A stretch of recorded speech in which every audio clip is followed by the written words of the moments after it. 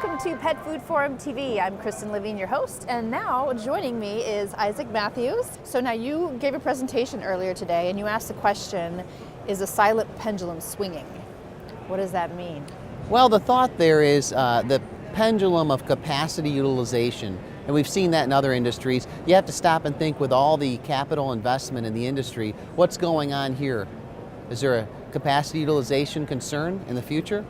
And the answer is? The answer is I don't know. Okay. The purpose of the presentation really was to spark some industry dialogue to talk about and think about with the expansion of manufacturing capacity. About $1.3 billion has been announced publicly in the last 5 years. And I would argue that that number is probably 2x that's not publicly announced, because generally speaking, companies that are public versus private, they may not announce that they're building a plant or they're expanding internally.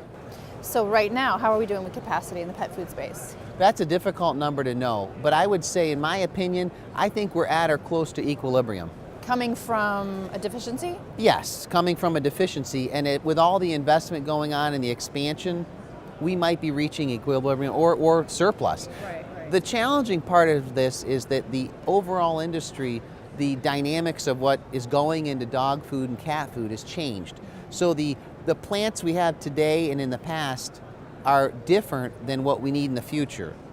Old plants they called brown and ground, corn-based diets and things of that nature, feed mills, and now there's high inclusion, raw meat, specialty, limited ingredient, and those plants need coolers, special extruders. So you have to ask the question, is that capital investment required or is it expanding capacity?